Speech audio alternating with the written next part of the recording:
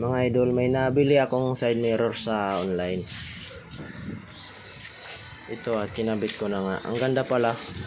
Pwede mo siya ikot-ikutin kung anong gustong posisyon mo.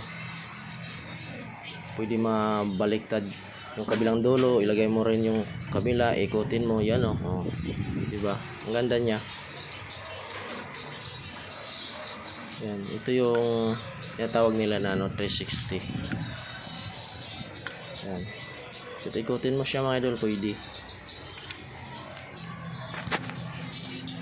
Yan. Oh. Diba? Ang galing. Okay pala ito. Pinalitan ko yung luma kong side mirror. Ito yung pinalit ko. Okay pala to. Nice.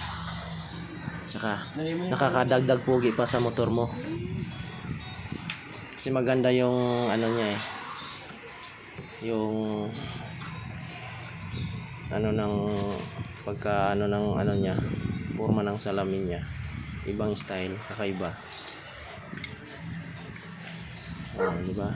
Pwede mo siya ikot-ikutin. Pag mahigpit yan mga idol, luwagan mo yan at sa likod may tornilyo yan. May kasama naman yan tools pag binili mo eh. Luwagan mo lang para maikot mo. Tapos kung okay na sa'yo, yan. Higpitan mo siya konti para pag tatakbo okay na.